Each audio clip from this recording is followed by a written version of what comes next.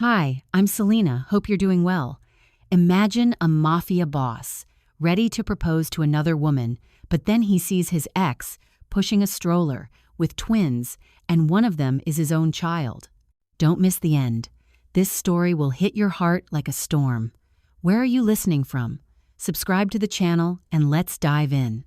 Florence was dressed in gold that evening, lights spilling from balconies and historic windows as if the city itself were celebrating something sacred. Yet inside Matteo Rinaldi's armored car, there was no warmth, only the steady hum of control tightening around his chest, while the tires rolled over familiar streets he owned but no longer felt connected to. His reflection briefly flashing against the darkened glass, sharp jaw, composed eyes. A man who had learned long ago how to appear untouched by consequence, even when everything inside him was weighed down by calculation rather than desire. Because the proposal waiting at the private gallery ahead was not born of longing but necessity. A political seal disguised as romance, a ring resting in his pocket like a contract rather than a promise. Chosen for its price and symbolism instead of meaning, meant to close a chapter soaked in blood and rumor, meant to reassure allies and silence rivals,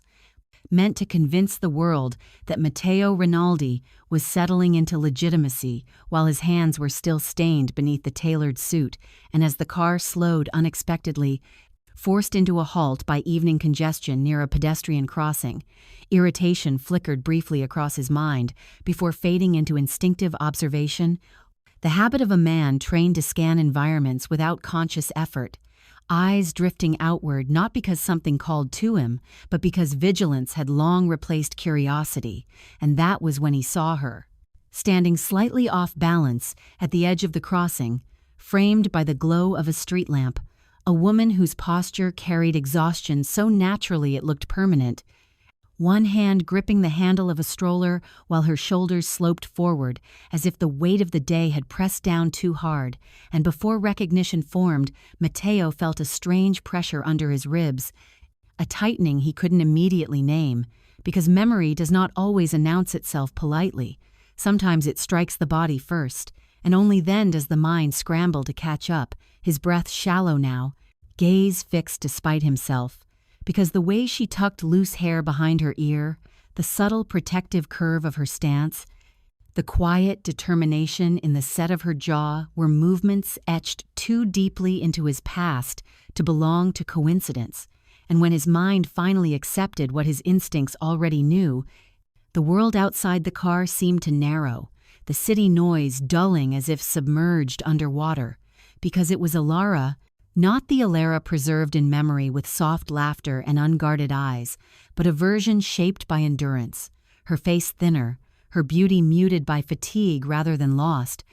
her eyes carrying a gravity that hadn't been there before, and Matteo's fingers curled unconsciously against the leather seat as a question rose in him too quickly, too sharply, about why she was here, about why she looked like someone who had learned to survive without expecting help. And then his gaze dropped, following the slight movement of the stroller as she nudged it forward, and the air left his lungs in a silent rush when he realized there was another stroller beside it, identical, aligned with practiced symmetry, the two forming a quiet line at the crossing, and in that instant the world did not shatter dramatically. It tilted, subtly at first, then violently, because two strollers meant two lives, and two lives meant time had passed without his knowledge, and time was the one enemy Matteo had never been able to dominate, his pulse thudding loud enough that it felt intrusive, invasive, because this was not a coincidence that could be ignored, not a face that could be dismissed as memory playing tricks, and as the traffic light changed and Elara stepped forward, guiding both strollers with careful precision, one of the babies shifted, a small sound escaping, and Matteo's breath caught when the infant turned its head, dark eyes lifting briefly, catching the streetlight, and in that fleeting second, Matteo saw himself reflected, not in a mirror but in a living being, the shape of the eyes, the unmistakable intensity softened by infancy, and his body reacted before his thoughts could form, a sharp spike of disbelief colliding with something dangerously close to certainty, because blood recognizes blood even when logic refuses to participate, and the realization settled in his chest with devastating clarity that whatever life Elara had built away from him had not been empty, had not been solitary, had not been untouched by the past he thought he had buried, and the car around him felt suddenly too small, the suit too tight, the future he had planned ahead feeling fragile and artificial, like scenery built for a play he no longer wanted to perform in, his driver glancing back briefly to ask if everything was all right, but Matteo did not answer, because words had abandoned him, replaced by the steady unraveling of certainty, as Elara reached the other side of the crossing, stopping to adjust a blanket with the careful hands of someone who had learned how to tend to fragile things without complaint. And Matteo noticed details he had never seen before, the faint dark circles under her eyes, the way she moved as if sleep was a luxury she rarely afforded herself, the quiet efficiency of her motions, suggesting repetition rather than assistance, and a question surfaced that unsettled him more than the sight of the twins themselves, because if she was here, in Florence, in plain view, pushing two children through a public street, it meant she was no longer hiding, or perhaps she had never been hiding at all. Perhaps she had simply been living beyond his reach, beyond his control, beyond the violent orbit of his decisions, and the thought unsettled him deeply, because Matteo Rinaldi was not accustomed to realizing that life could continue without him as its center. And as traffic began to move again, the driver waiting for instruction, Matteo remained frozen, eyes fixed on the retreating figure of the woman who had once been his weakness, now carrying something infinitely more dangerous than love, carrying proof of consequences he had never been forced to face, and the ring in his pocket felt suddenly heavier, not because of its weight, but because of its irrelevance, a symbol of a future that now felt dishonest. His phone vibrating with messages he did not check, the gallery waiting, Isabella waiting, an entire carefully structured life waiting for him to arrive and perform his role, yet all of it felt distant, unreal. Because somewhere behind him, on a Florence street bathed in warm light, two strollers were moving away, carrying answers he had never asked and truths he could no longer avoid. And as the car turned the corner, Elara disappearing from view, Matteo realized with unsettling certainty that this moment had already altered the trajectory of his life, not with noise or chaos, but with quiet inevitability. Because some encounters are not meant to happen, yet still do, and when they do, they leave behind questions that refuse to stay unanswered. And as his jaw tightened and his gaze remained fixed ahead, one thought pressed itself forward with dangerous persistence, a thought that would not release him for the rest of the night, because if those children were truly his, then the life he was driving toward was already a lie, and the past he thought he had escaped was no longer content to remain unseen, waiting instead for the moment when he would finally be forced to turn around. The realization followed Matteo long after the car disappeared from that street, clinging to him like a shadow he could not outrun, because once the image of Elara with those two strollers had burned itself into his mind, memory began to rearrange itself, peeling backward through time with an honesty that hurt more than denial ever had, and the silence she had left behind months ago suddenly felt heavier than gunfire, heavier than betrayal. Because Elara had not vanished out of cruelty or spite, she had vanished out of fear, the kind of fear that rewires instinct and strips love down to its most fragile core, taking him back to a night 6 months earlier when everything had fractured without warning, a night that had seemed ordinary on the surface, yet had quietly altered the course of several lives. Because Elara had not meant to overhear anything, she had simply walked into the hallway outside Matteo's study. Barefoot, restless, unable to sleep, the house too quiet in that particular way that often preceded violence, and through the partially closed door she had heard his voice, calm and controlled, issuing orders with clinical precision. Retaliation discussed not as an act of rage, but as a necessary correction. Names mentioned that meant nothing to her but everything to the men listening. locations spoken as if they were coordinates on a map rather than places where families lived. And as she stood there frozen, heart-hammering, the words that shattered her were not the ones filled with threat, but the ones spoken casually, the dismissal of collateral damage as unavoidable, acceptable, insignificant, because in that moment she understood something she had spent years trying not to see, that Matteo's world did not bend around morality or love, it bent around power, and anyone standing too close would eventually be crushed beneath it. And when she stepped back into the darkness without making a sound, something inside her cracked cleanly, not loudly, not dramatically, but with a finality that left no room for negotiation, because love cannot survive when fear becomes constant. And by the time Matteo emerged later that night, finding her already in bed, pretending to sleep, Elara had already decided that she would leave, not tomorrow, not after explanations or arguments, but soon enough that the life growing quietly inside her would never have to hear that voice spoken in cold command, because days later, standing in the bathroom, staring at a test she had taken without expectation, the faint lines staring back at her like a verdict, she felt no joy, only urgency, because pregnancy did not feel like a blessing in that house. It felt like a liability, and she understood immediately that if she stayed, the child would be born into danger disguised as luxury. And so she moved carefully, quietly, waiting until Matteo was consumed by business, packing only what she could carry, leaving behind clothes, jewelry, memories, leaving behind even the letter she had started and then destroyed because words felt too weak to explain fear, and before her body betrayed her secret, she was gone, crossing borders without looking back, settling eventually in a forgotten coastal town in southern Spain where the sea was rough and the people asked few questions, where Matteo Rinaldi was just a foreign name that meant nothing, where she rented a modest apartment above a closed bakery, the smell of salt replacing the scent of expensive cologne, learning how to exist without guards, without drivers, without the constant hum of threat beneath every moment. And as the months passed and her body changed, Elara learned a different kind of strength, one built not on comfort but on endurance, working small jobs when she could, saving carefully, sleeping lightly, always aware that safety was something you maintained through invisibility. And when the time came,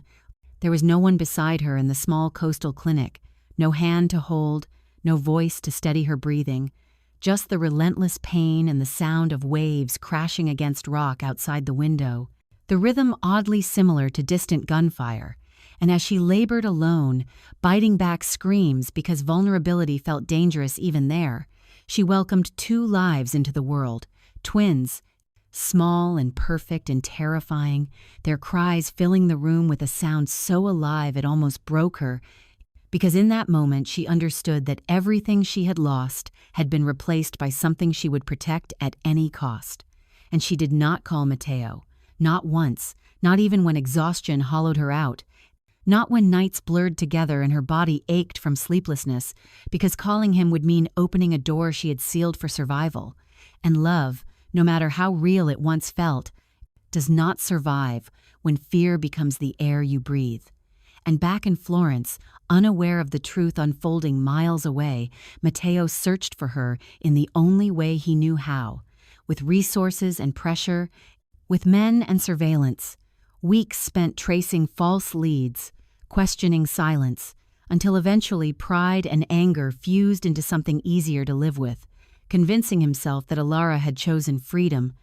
that she had simply grown tired of his world and left without explanation because it was convenient, because believing that was easier than accepting responsibility, easier than admitting that his choices had consequences beyond the battlefield. And now, standing across the street months later, watching her adjust two blankets with hands that moved from instinct rather than instruction, Matteo felt the weight of those 6 months collapse into a single, brutal clarity,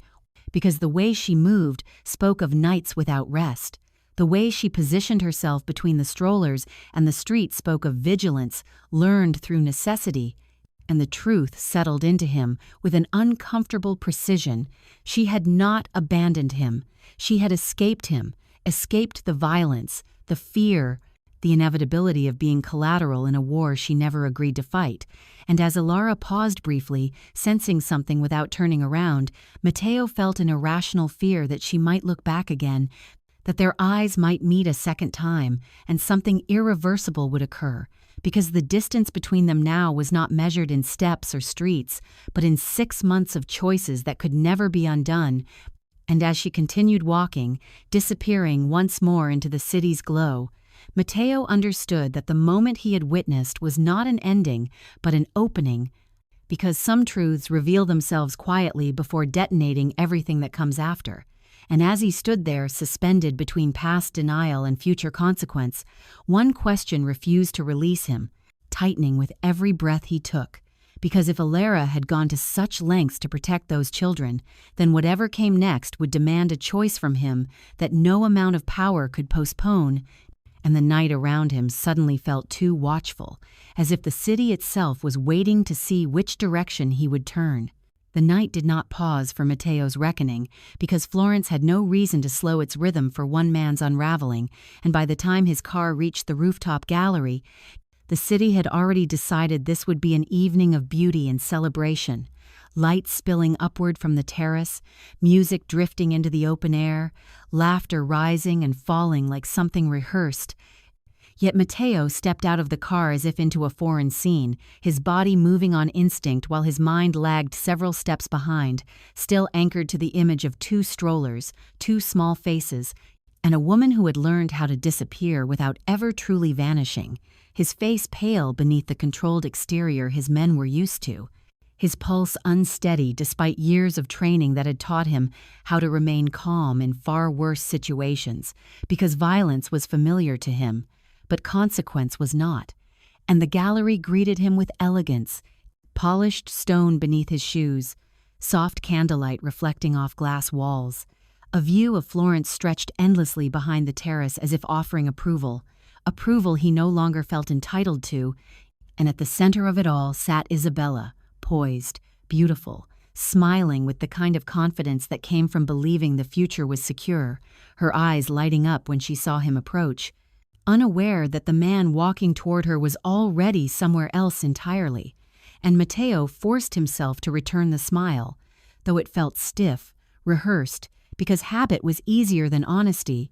and as he took his seat across from her, the distance between them felt disproportionate, a small table separating 2 people whose paths were no longer aligned, Isabella speaking softly about the evening, about the gallery, about plans that extended neatly into the future. Her voice pleasant, controlled, yet each word seemed to pass through Matteo without anchoring, because all he could see were 2 infants looking up at him from beneath streetlight glow, the way one small gaze had cut through him more effectively than any threat ever had. His hands trembling slightly as he reached for his glass, the weight of it unfamiliar, because control had slipped without announcement, and he found himself nodding at appropriate intervals, responding when required, but his responses felt delayed, disconnected, as if spoken by someone else, the room blurring slightly at the edges, and when Isabella leaned forward, her smile softening into something more intimate, Matteo felt an unexpected surge of panic, not fear of commitment, but fear of lying so thoroughly that he might never find his way back out,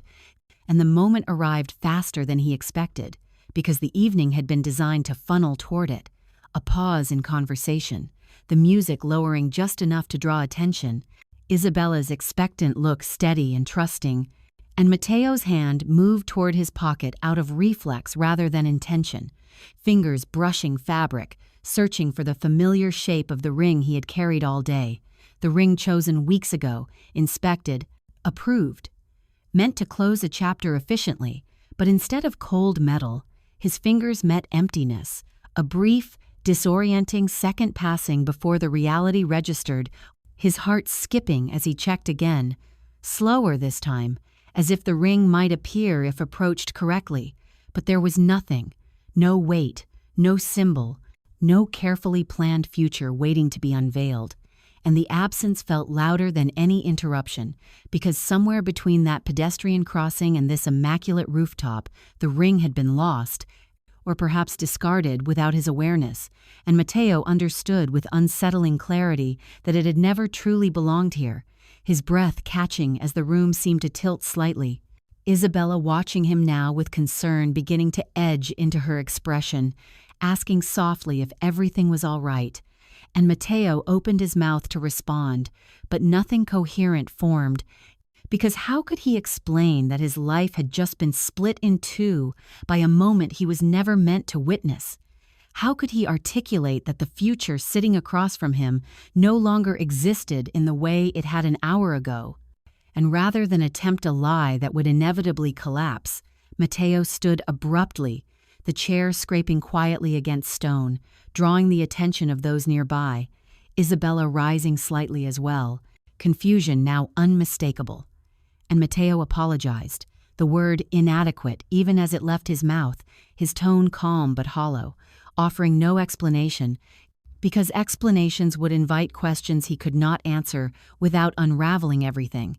And without waiting for permission or protest, he turned and walked away from the table, away from the terrace, away from the version of himself that had entered the gallery, believing control was still possible, his guards reacting instantly, falling into step behind him, exchanging quick, uncertain glances because this was not a deviation they had been briefed on, and as they reached the elevator, one of them quietly asked where he wanted to go. The question simple, procedural, yet it landed heavily, because for the first time in years, Matteo did not already have a destination prepared, and the silence stretched just long enough to feel dangerous, the city lights flashing briefly as the elevator doors closed, and when Matteo finally spoke, his voice was steady, but something beneath it had shifted. An address leaving his mouth that belonged to a life he had been forced to abandon months ago, an address tied not to power or alliances, but to truth, and as the elevator descended, carrying him away from a proposal that would never be spoken, Matteo felt the full weight of understanding settle in, because some mistakes do not announce themselves when they are made. They lie dormant, waiting patiently for the exact moment when ignoring them becomes impossible. And as the car pulled away from the gallery, leaving behind music, expectation, and a future that had quietly died without ceremony, Matteo stared out at the passing streets with a single, relentless thought tightening its grip, because whatever waited for him at that address would not be contained by silence any longer, and once he crossed that threshold, there would be no retreat back into ignorance, only consequences he could no longer outrun. The car slowed in front of the modest building like a heartbeat caught in mid-pulse, Matteo's gaze fixed on the weathered door that held the life he had never expected to see, the small apartment block standing humbly among streets, alive with ordinary people who had no idea a Rinaldi was about to disrupt their quiet existence. And when he stepped out, the evening air was cool, carrying the faint tang of salt from a nearby river, the distant murmur of voices and cars blending into something almost comforting. Yet Matteo felt no comfort, only the tight coil of anticipation and fear pressing against his chest, because in a matter of steps, he would confront the consequences of months spent in denial, of choices made in the name of control, of absence mistaken for freedom. And as his hand lifted toward the door, it trembled slightly, not with weakness, but with the awareness that what awaited him was fragile, alive, and entirely his responsibility. The echo of his past reaching forward with a sharp edge, insisting he be accountable now, not later, not through letters or explanations, but here,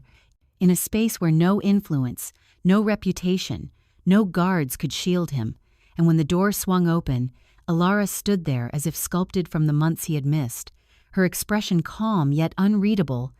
the faint shadows beneath her eyes telling of sleepless nights and constant vigilance, of a life shaped not by wealth or luxury but by survival and love in its most demanding form. And the twins,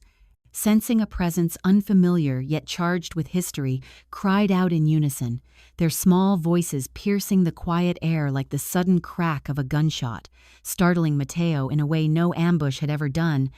because the sound was both accusation and introduction, a demand for recognition, a reminder of everything he had lost and never truly known, and for a moment the world seemed to shrink,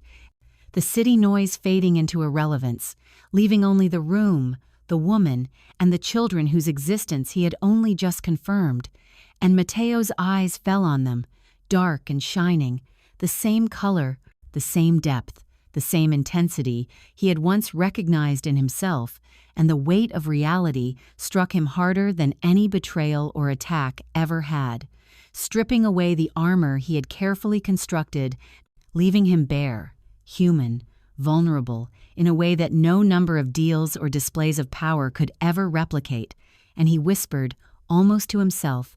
a question that trembled through the space like fragile glass, "They're mine, aren't they?" And there was no need for denial, because in that moment, Elara's silence spoke louder than words could, a quiet acknowledgement that confirmed everything without concession, and she stepped aside, motioning him forward with a hand that carried no warmth but also no hostility, a gesture more functional than emotional, yet potent with meaning, signaling that he was allowed entry into a life he had no claim to reclaim, into a home built on resilience, perseverance, and the kind of love that demanded sacrifice rather than spectacle. And as Matteo crossed the threshold, his knees buckling slightly beneath him, the weight of months missed, moments lost, and responsibilities ignored pressed down with a tangible force, the air thick with unspoken truths, with histories and choices converging in the same space. And he dropped to his knees instinctively, not as a man pleading, not as a man surrendering, but as a father confronting reality, as a man confronting the fact that absence had consequences that no amount of money or power could erase, and the twins, small and fragile, reached out instinctively, unaware of the politics, the danger, the decisions that had kept them from this man, yet somehow bridging the gap between what had been and what could be, their fingers brushing against Matteo's hands as if to tether him to a life he had only glimpsed from afar, grounding him in a truth too long ignored, while Elara remained standing, watching him with a gaze devoid of sentimentality, free from anger, free from forgiveness, observing only the stark, raw reality before her, a truth that required recognition and responsibility rather than speech, a gaze that told him, without preamble or judgment, that this was not a reunion in the romantic sense, that the past could not be erased by presence alone, that the months apart had built a divide that power could not bridge, and that entering her home now came with the understanding that the mistakes, the absences, the fear, and the choices had consequences heavier than Matteo had ever been forced to acknowledge, and yet, within the weight, there was a slender possibility, fragile and tentative, a thread that hinted at redemption, a chance to engage not with what had been lost, but with what could still be safeguarded if he was willing to accept the responsibility. And Matteo felt it, that fragile tether,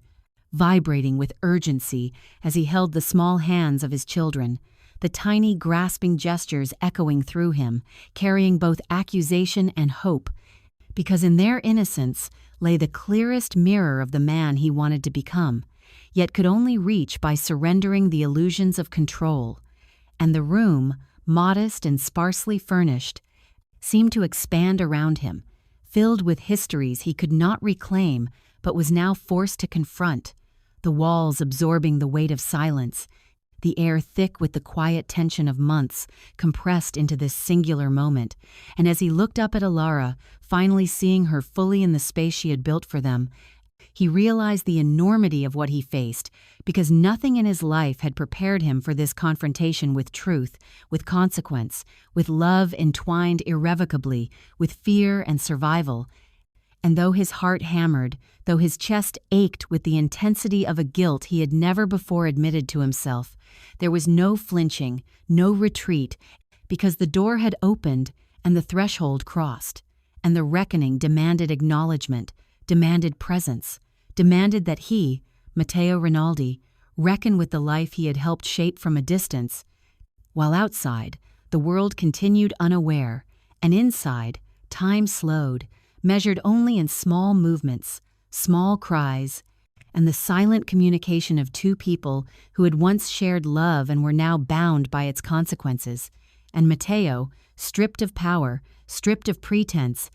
stripped of future plans carefully folded into envelopes, felt for the first time the raw pulse of humanity beneath the armor, beneath the reputation, beneath the control, and he understood, in a way that no number of victories had ever taught him, that this was not a return, not a redemption, not a reconciliation, this was a reckoning, and every decision he had made,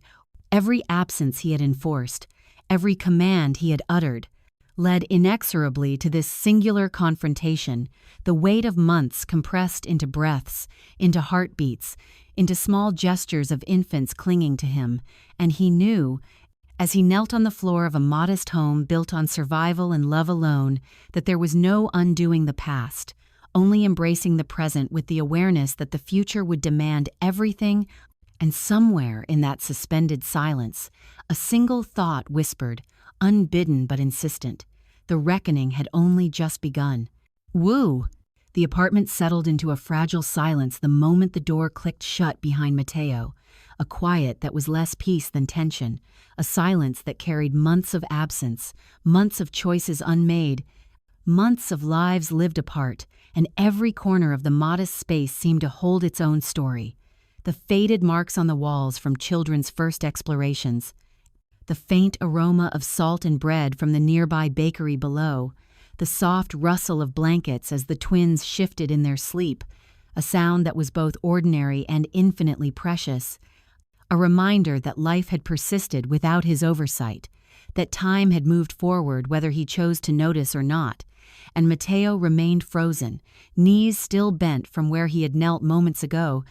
hands clasped loosely over the fingers of one tiny infant, now awake and reaching instinctively, his breath caught between the awe of discovery and the unbearable weight of guilt,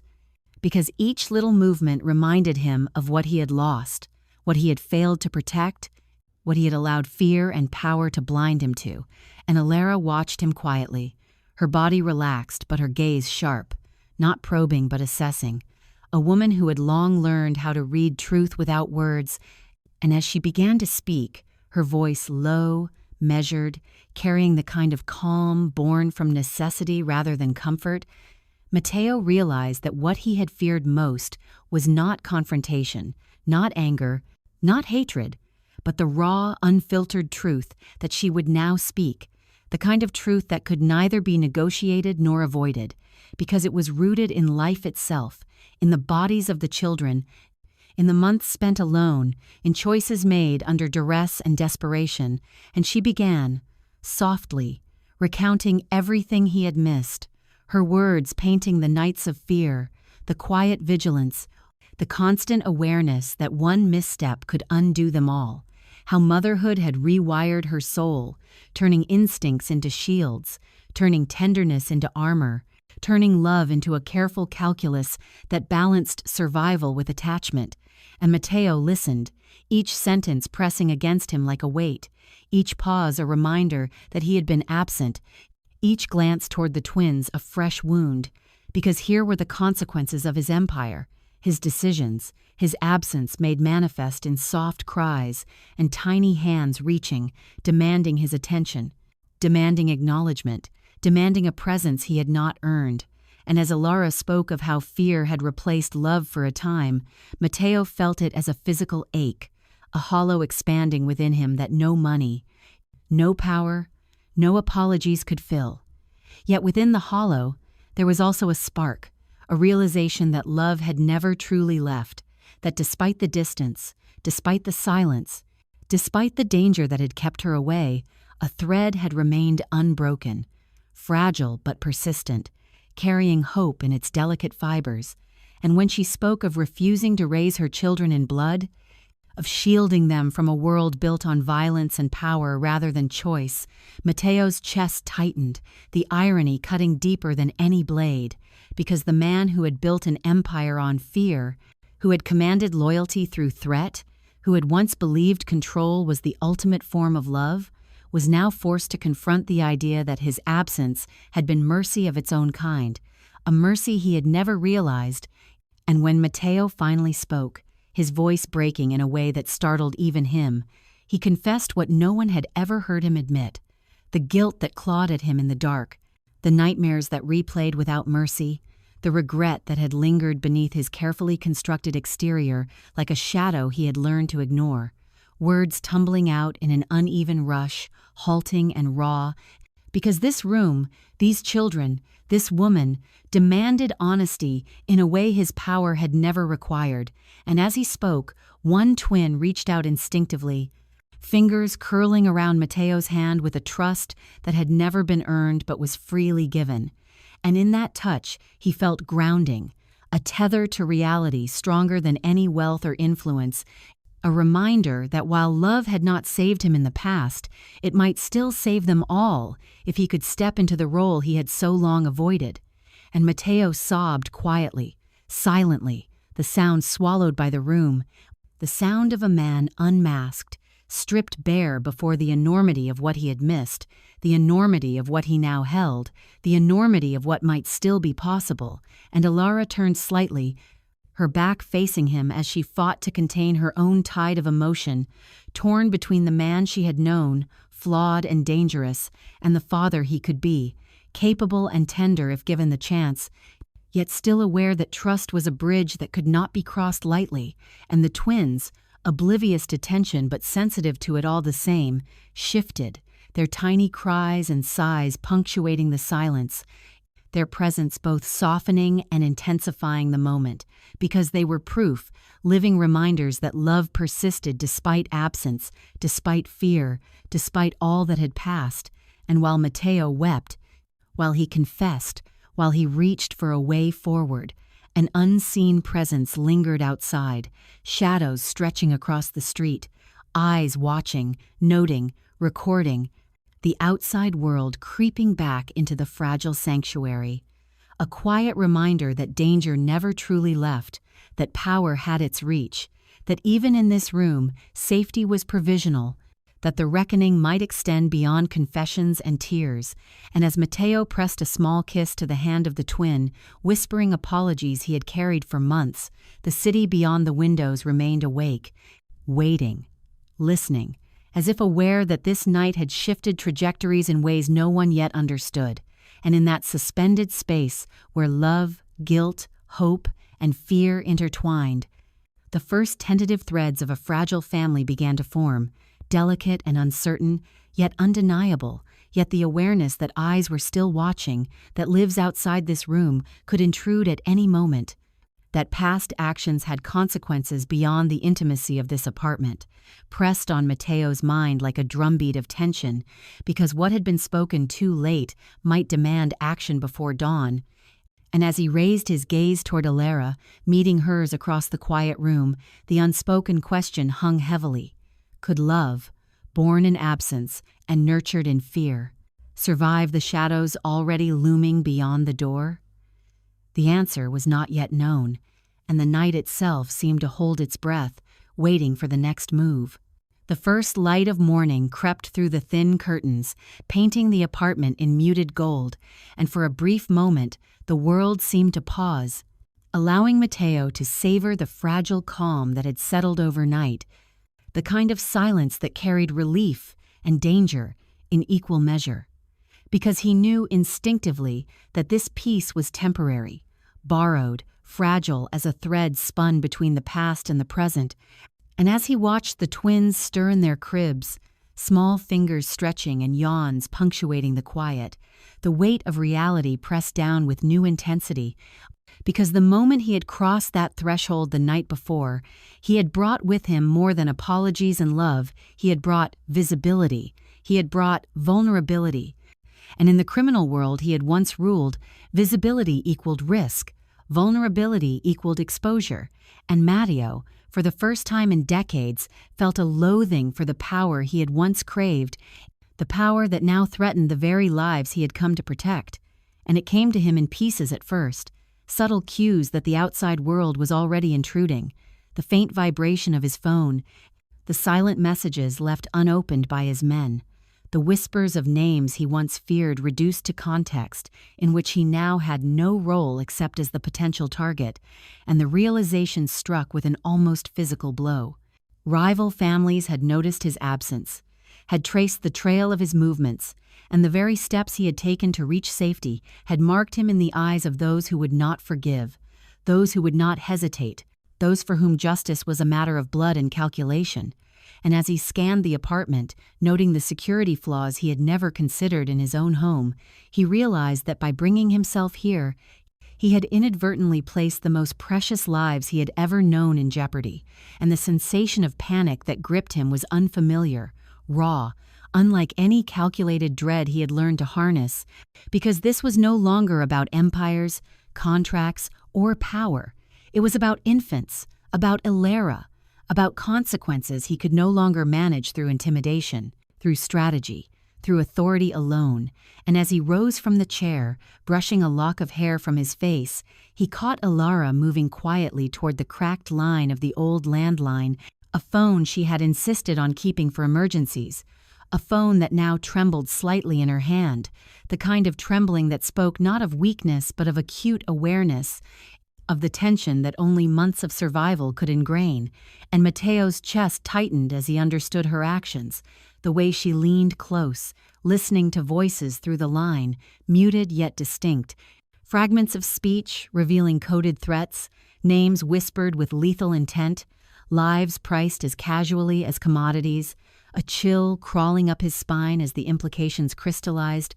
the magnitude of their danger inescapable. And for the first time, power, the very thing he had built his life upon, repulsed him, because no amount of wealth, no amount of influence,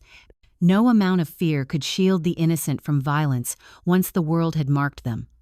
And in that understanding, he made a decision, his voice steady though his heart raced with unaccustomed urgency, a vow both to himself and to the woman he loved. He would leave. He would dismantle every empire he had spent decades constructing, every network, every connection, every weapon, if it meant their safety, if it meant the survival of those two tiny lives cradled in Elara's arms. And as he spoke, Elara's eyes met his, searching, questioning, weighing, hesitating to respond because trust had always been a careful calculation, because love had been tempered by absence and fear, because months of distance had taught her that promises, even heartfelt, could be dangerous illusions. And in that fragile pause, Matteo felt a sudden tension, a sudden premonition, a presence beyond their walls, a sense that the world he had tried so hard to leave behind was reaching forward to claim them. And before Elara could answer, the stillness of the morning shattered violently, the sharp, piercing crack of a gunshot slicing through the street below, echoing into the apartment with unrelenting ferocity, a sound that demanded immediate attention, a sound that carried the signature of a past that had never forgiven, a past that had been waiting, watching, calculating, and now had arrived, uninvited, to enforce its reckoning. And Matteo's body reacted instantly, trained muscle memory surging through him, adrenaline kicking in as he dropped to the floor, eyes scanning the room, calculating angles, exits, protective measures, the twins still crying, startled by the sudden intrusion of sound, their small bodies trembling, and he felt the weight of responsibility like never before, every second stretching unbearably, every heartbeat a countdown, because this was no longer theory, no longer distant threat, but immediate danger, penetrating the fragile barrier of their home. And as he leaned over the cribs, securing the children with protective precision, a surge of anger flared, not at the attacker, not yet, but at himself for bringing them here, for underestimating the reach of his enemies, for believing that love alone could shield what power could not. And as the echoes of the gunshot lingered, bouncing off the streets below, he realized that flight was the only immediate solution, escape the only temporary reprieve, and yet leaving carried its own risk. The act of moving them, exposing them to the outside world even further, forcing choices no father should have to make, forcing decisions that would haunt him for months, if not years. And as he rose,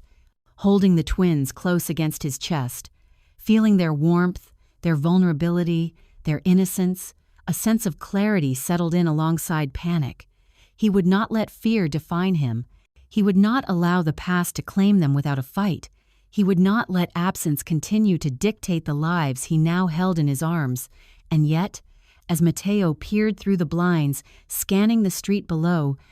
noting the shadows, the still silhouettes of figures lingering with intent, he felt the crushing truth of their situation. The war he had tried to escape, the enemies he had hoped to leave behind, the decisions he had once made with cold calculation, all of it had found them, had tracked him across borders and distance, and now demanded confrontation, whether he was ready or not, whether he welcomed it or not. And in that suspended moment, with the twins clinging instinctively, with Elara watching silently but ready to act, Matteo understood that survival would require more than strategy, more than resources, more than reputation. It would require presence, intuition, courage, and the kind of instinct that only the fear for someone else's life could awaken. And as a second sound, a footstep too deliberate, a shadow shifting against the morning light, hinted that the danger was closer than before, closer than he had calculated, closer than he could have imagined. Matteo felt the full force of responsibility pressing against him, heavy, relentless, undeniable, and he knew with a cold certainty that the next minutes would define everything, that the past had caught up, that the reckoning was not over, that their safety hung on decisions made in real time. And somewhere deep within him, amidst the panic, the guilt, and the rage, a single thought persisted, clear and unyielding. This time, he would not allow history to repeat itself, not for them, not for anyone. And as the shadows below began to stir, as the city hummed its indifferent rhythm, the realization cut sharply: no sanctuary was absolute, and no act of love could erase the reach of a past that had learned to hunt relentlessly, because some wars do not stay buried, and the past Matteo had hoped to escape had finally found him. The chaos erupted in an instant, a thunderclap of gunfire that shattered the tentative calm Matteo had fought to preserve. Bullets ricocheting against walls, shattering glass, sending shards into the air like falling stars, while the twins screamed in terrified unison, the sound slicing through the apartment and striking Matteo's heart like a hammer, because he knew, with the immediacy only a father could, that every shot fired was a threat to the fragile lives he had just begun to embrace. An instinct, honed over decades of calculated violence, surged through him, bypassing thought entirely as he lunged forward, positioning his body between Elara and the nearest hail of bullets, the weight of his decision immediate, palpable, a physical sensation of gravity, responsibility, and reckoning all at once. And then a searing pain tore through his shoulder, the impact staggering him, his breath hitching as blood began to soak his shirt, warm and relentless, the metallic scent filling his senses. And yet, through the haze of adrenaline and shock, Matteo's mind remained startlingly clear, because in that moment, clarity was survival, and survival was the twins, their frightened faces, their tiny hands grasping for safety, their eyes wide with fear, and he whispered, almost inaudibly, apologies carried across months of absence, years of mistakes, the kind of confessions that had never been spoken to anyone. Apologies that now seemed inadequate but necessary nonetheless, the words catching in his throat as another bullet tore through the space where he had been just moments ago, missed by a fraction. And Matteo smiled weakly, the expression half pain, half acceptance, because he understood, finally, that his life, his empire, his past, all of it was inconsequential compared to the chance for these children to live free. And he murmured, voice strained, I'll erase myself. Just let them live free. The weight of every prior choice, compressing into that singular plea, a plea for redemption that had nothing to do with power and everything to do with love. And Elara, watching him through tears that streaked her cheeks like rain down a pane of glass, pressed her forehead to his, the warmth of her touch contrasting violently with the cold reality of his bloodied body,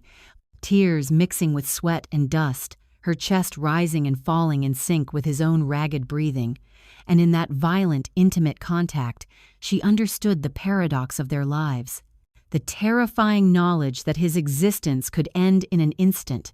and the equally beautiful truth that love, raw and unyielding, was capable of transforming that fear into connection, because in that moment, the man she had loved, the man she had feared, and the father she had imagined were all one, vulnerable yet unbreakable, shattered yet whole, and the twins, unaware of the depth of what was unfolding, nestled instinctively against her side, their cries softening as they felt the strange, stabilizing presence of both parents, and Matteo's vision blurred as he allowed himself to feel everything: the pain, the relief, the love, the terror, and yet, amidst it all, a dangerous calm settled, because he knew he had made the first choice a father ever needed to make: to protect, to shield, to sacrifice. And the sound of approaching sirens mixed with distant shouting, drawing closer with a persistent urgency, reminding him that escape was as much a necessity as defense. And as he clung to the children, his hands trembling but steady, he realized that the war he had thought he could leave behind had never truly allowed itself to be ignored, and that the same force that had driven Elara to distance, to survival, to a life without him, was now forcing him to confront everything he had tried to outrun. Yet he did not flinch, he did not hesitate, because this was a choice that demanded courage, and he embraced it fully, even as the weight of mortality pressed down, even as the air smelled of gunpowder and blood, and even as every instinct screamed for self-preservation. He focused only on them, on the children, on the woman who had borne months of absence and fear, on the possibility that survival could now lead to a different kind of life, one not ruled by darkness but guided by presence, by tenderness, by devotion. And as the gunfire slowed, replaced by the wail of sirens and the distant footsteps of approaching authorities, Matteo felt himself being lifted slightly, the adrenaline fading into exhaustion, and his gaze met Elara's, searching, pleading, filled with unspoken promises and confessions, and she, her tears still flowing, nodded imperceptibly, acknowledging the magnitude of the moment, the depth of his sacrifice, the enormity of love expressed in its most visceral form. And in that shared understanding, a fragile thread of hope took root, because walking away might have saved them, but staying, choosing presence in the face of danger, might heal them, might allow life to exist beyond fear, might allow love to become a force stronger than any threat.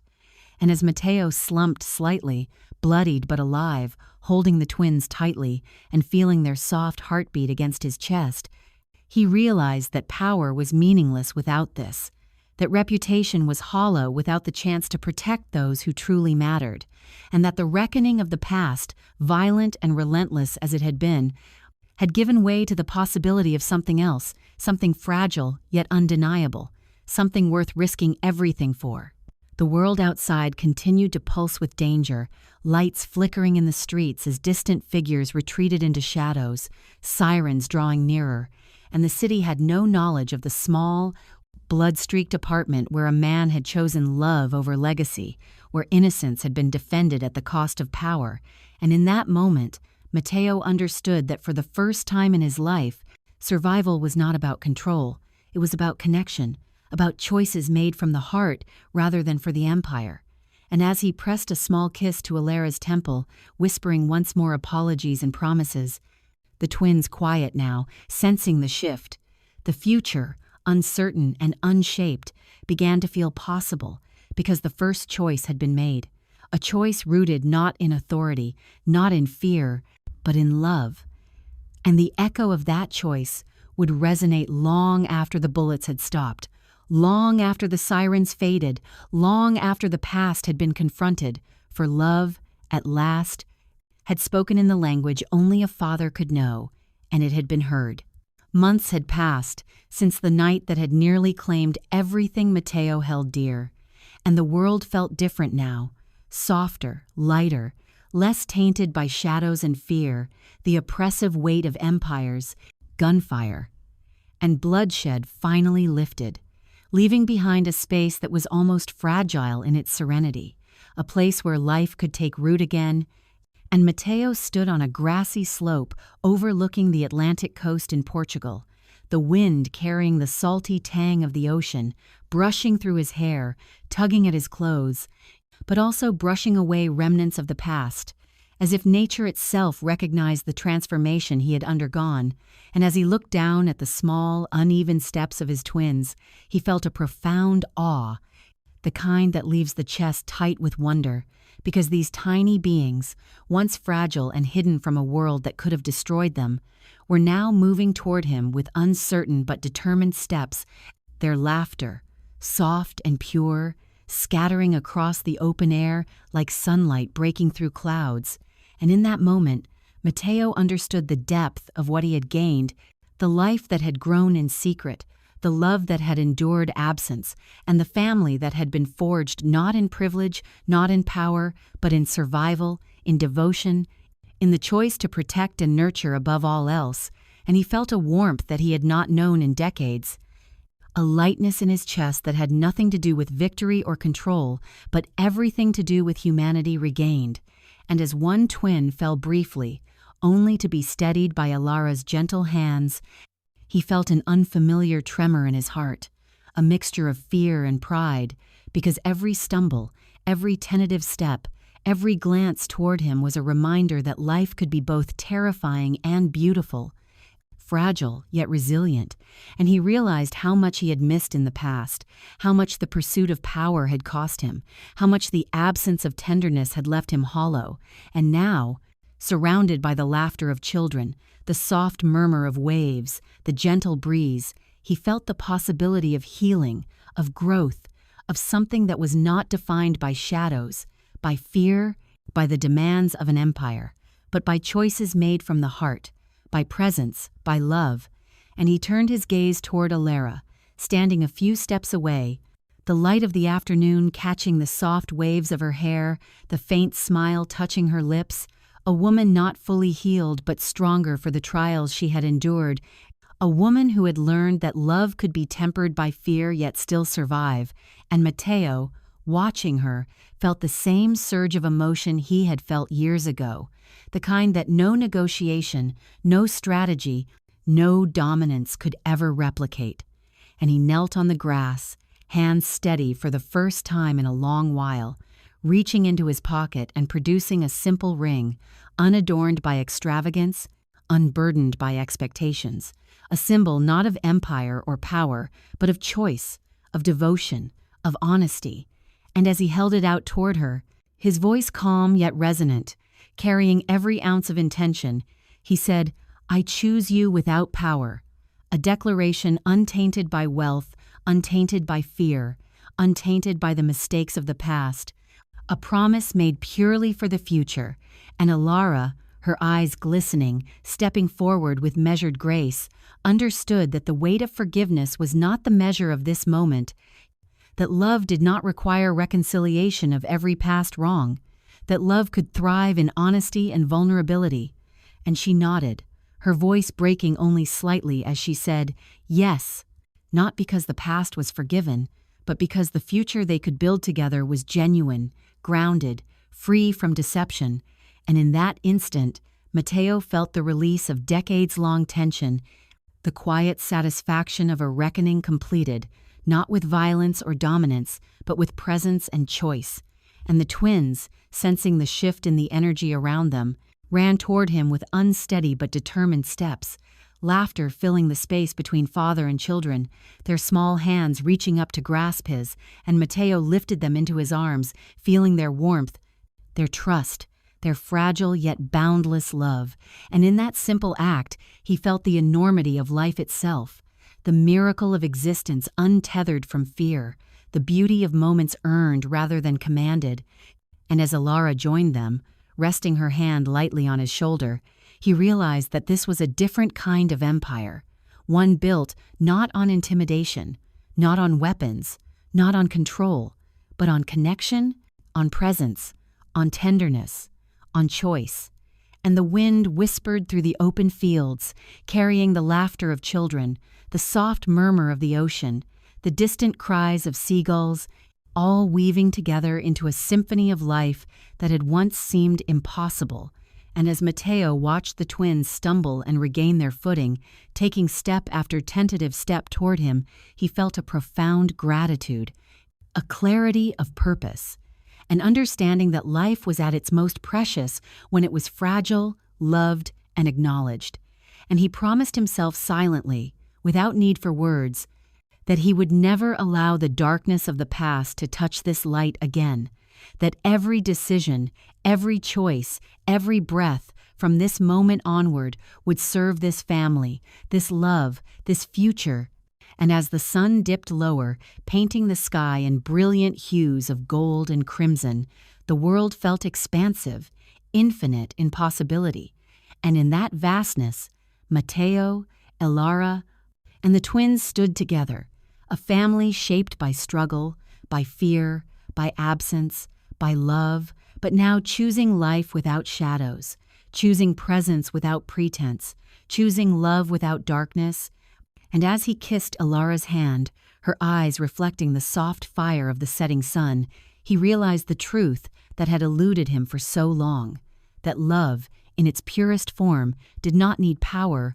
did not need protection, did not need violence, only honesty, presence, and the courage to stay. And the twins laughed again, their small voices carrying across the open field,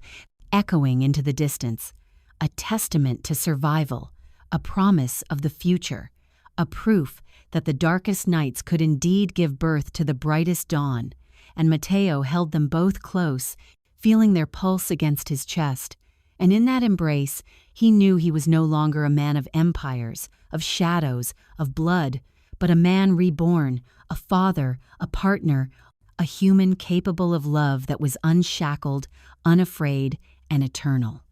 And as the last rays of sunlight kissed the horizon, he whispered once more, "This is ours." And Elara smiled, the kind of smile born of hope and endurance.